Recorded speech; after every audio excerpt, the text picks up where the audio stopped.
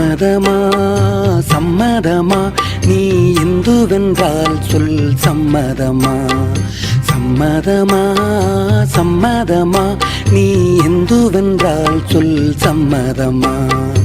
மக்கள் ஜனநாயக கழகம் புதிய ஜனநாயக தொழிலாளர் முன்னணி சமூக ஜனநாயக கூட்டமைப்பு தூக்கில் போடு தூக்கில் போடு தூக்கில் போடு தூக்கில் போடு ஆணவ படுகொலை குற்றவாளிகளை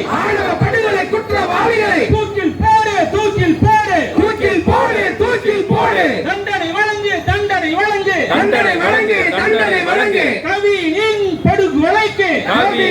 படுகொலைக்கு காரணமான கொலை வெறியன் சுர்ஜித்தை தூக்கில் போடு கவினின் படுகொலைக்கு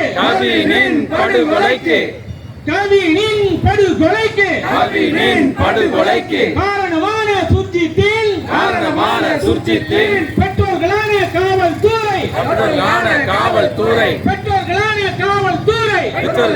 காவல்துறை அதிகாரிகளுக்கு கடுமையான தண்டனை வழங்கு தடை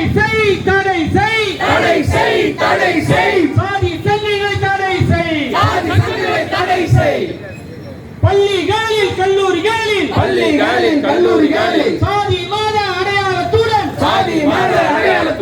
வருகின்ற அரசு ஊழியர்கள் பதவியை பறிமுதல் செய் சாதி வெறியை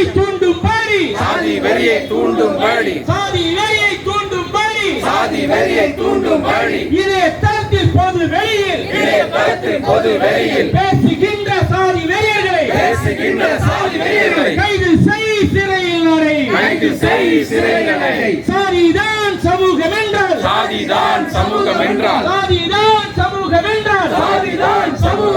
வீசும் காற்றில் விஷம் பரவட்டும்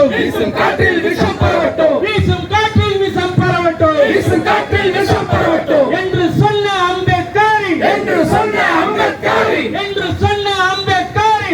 சொன்ன அம்பேத்கரின் செயலினை உயர்த்தி பிடிப்போம்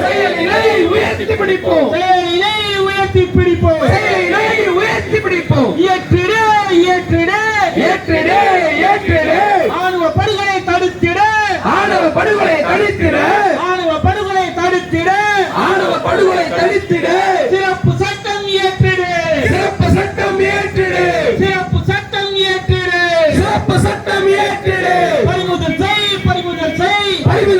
பறிமுதல் செய் சாதி வெறி ஆணவ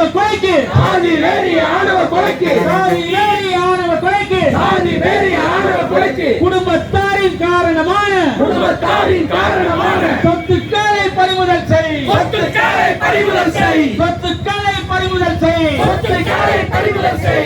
ஜனநாயக கழகம் புதிய ஜனநாயக தொழிலாளர் முன்னணி சமூக ஜனநாயக கூட்டமைப்பு. கவினை ஆணவ படுகொலை செய்த சுர்ஜித் அவருக்கு தூக்கு தண்டனை விதிக்கப்பட வேண்டும். சுர்ஜித்துக்கு மட்டுமல்ல, இந்த ஆணவ படுகொலையில் ஈடுபடுகின்ற எவரும் இந்த தண்டனைக்கு தகுதியானவர்கள்.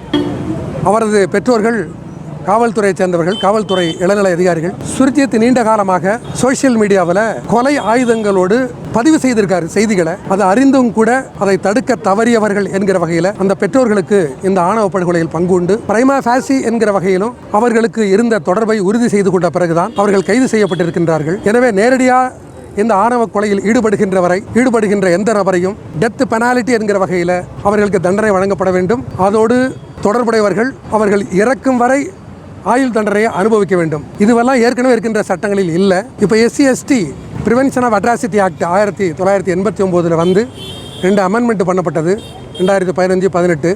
அதில் இந்த குற்றத்தை செய்தவர்களுக்கு அதாவது முன்ஜாமீன் கிடையாது என்கிற வகையில் அது இணைக்கப்பட்டிருக்கு சில பிரிவுகள். என்றாலும் கூட இது போதுமானதல்ல. இதற்கு ஒரு சிறப்பு சட்டம் இயற்றப்பட வேண்டும். தமிழகத்தின் முதல்வர் அவர்கள் அது தேவையில்லை, இருக்கின்ற சட்டத்தை ஸ்ட்ரிஞ்சன்ட் பண்ணி கடுமையாக்கி தண்டனை வழங்க முடியும் என்று சென்ற சட்டசபையில் கூட்டத்தில் தெரிவித்தார்.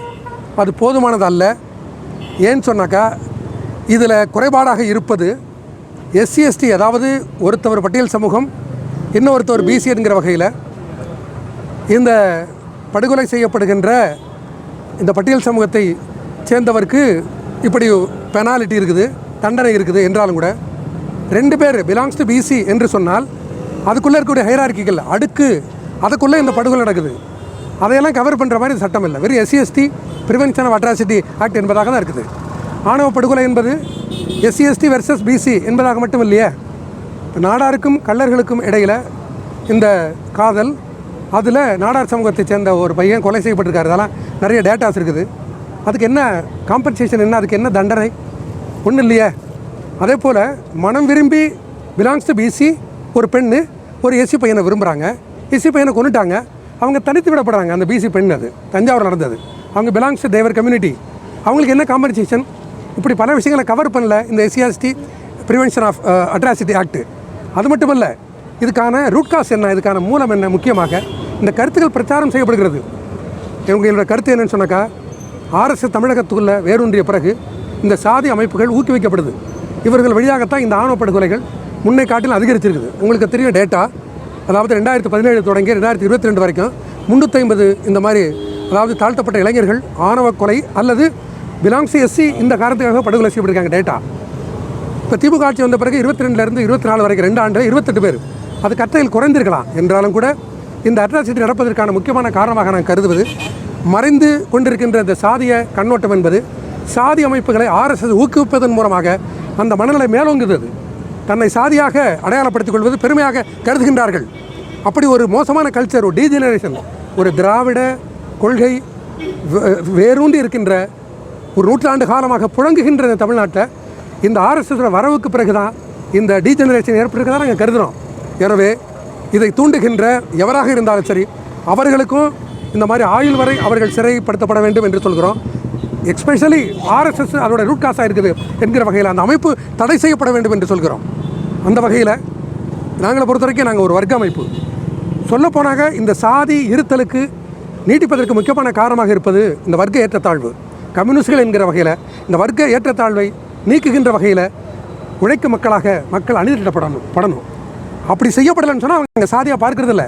அவர்களெல்லாம் பிலாங்ஸ் டு ஒர்க்கிங் கிளாஸ், உழைக்கும் வர்க்கம் என்கிற வகையில் உழைக்கும் வர்க்கமாக அவங்கள பார்க்கணும்.